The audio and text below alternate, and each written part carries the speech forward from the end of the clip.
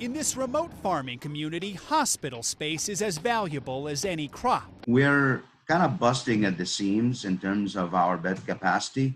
So overwhelming is the surge of COVID cases in Imperial County, at least 500 patients have been transferred to hospitals in other counties. How's it going?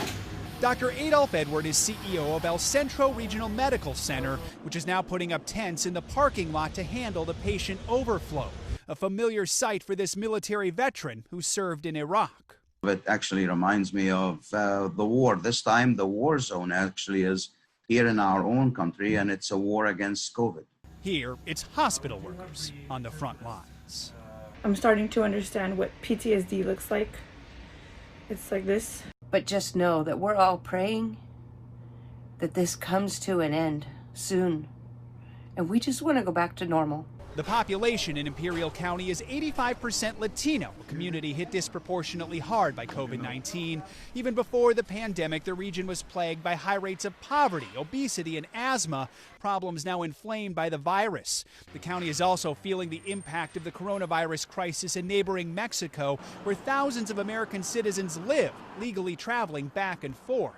It makes me sad. Carmina Ramirez says 10 relatives have tested positive for COVID, and one died. She and her husband live just a block from El Centro Hospital. What we hear all the time are helicopters. The helicopters flying patients to other parts of the state.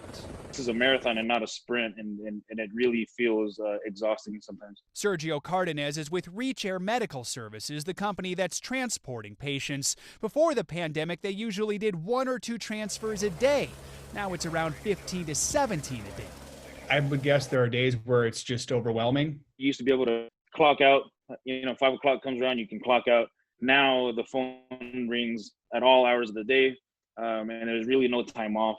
A few patients are flown all the way to UC San Francisco, hundreds of miles from their families.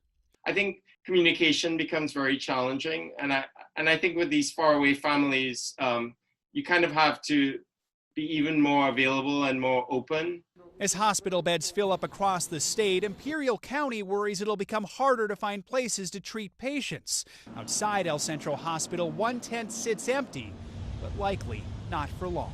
As bad as things are right now, you're worried you're nowhere near the end. No, I don't think we're near the end. We've got to gear up with this mission, or we're going to find ourselves in a very bad situation in October.